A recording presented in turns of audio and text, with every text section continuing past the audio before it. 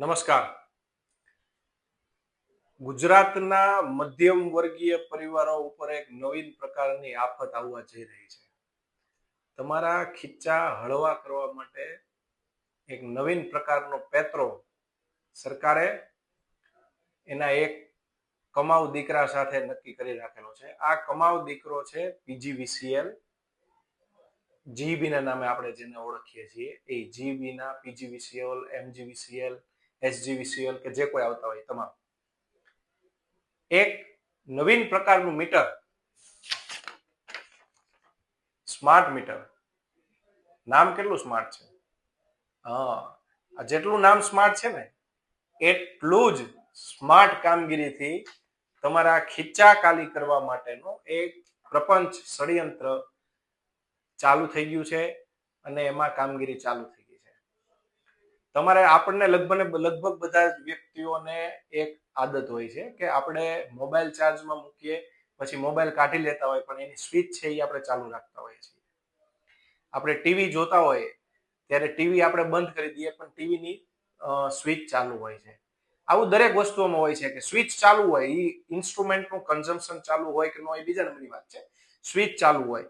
અત્યાર સુધી આપણે જે જેટકોના જીબીના જે આપણા બિલ આવતા હતા એ બિલમાં એના હિસાબે આપણે લાઇટ બિલ વધારે આવતું નહોતું. આપણે જે એકચ્યુઅલમાં કન્ઝમ્પશન કરીએ એનું જ લાઇટ બિલ આવતું હતું. જેમ કે પંખો યુઝ કરીએ, એસી યુઝ કરીએ, વોશિંગ મશીન યુઝ કરીએ, પણ એની સ્વિચ ચાલુ હોય તો લાઇટ બિલ નહોતું આવતું. આ સ્માર્ટ મીટર જે છે, આ સ્માર્ટ મીટર છે એ આવા તમે સ્વિચ ચાલુ કરી દેવાની જે તમારી ટેવ છે, ચાલુ રાખીને મૂકી દેવાની જે તમારી ટેવ છે, એ ટેવને હિસાબે તમારું લાઇટ બિલ વધારે આવશે કે આવે છે અત્યાર સુધીના અનુભવો ઉપરથી અને ગામમાં જ્યાં જ્યાં જગ્યાએ સ્માર્ટ મીટરો લાગેલા છે એમના અનુભવો ઉપરથી અને ખુદ જીઈબીના પીજીવીસીએલના અમુક અંગત જે સ્ટાફ માણસો છે એની સાથે કન્ફર્મ કર્યા એ પ્રમાણે આ પ્રકારે લાઇટ બિલ આવે છે. તો બધાને મારી વિનંતી છે કે તમારા ઘરે ટૂંક સમયમાં જીઈબીના કર્મચારીઓ સ્માર્ટ મીટર નાખવા માટે આવશે. તો એ આવે તો તમારે એમને સ્માર્ટ મીટર નાખતા અટકાવવા જોઈએ.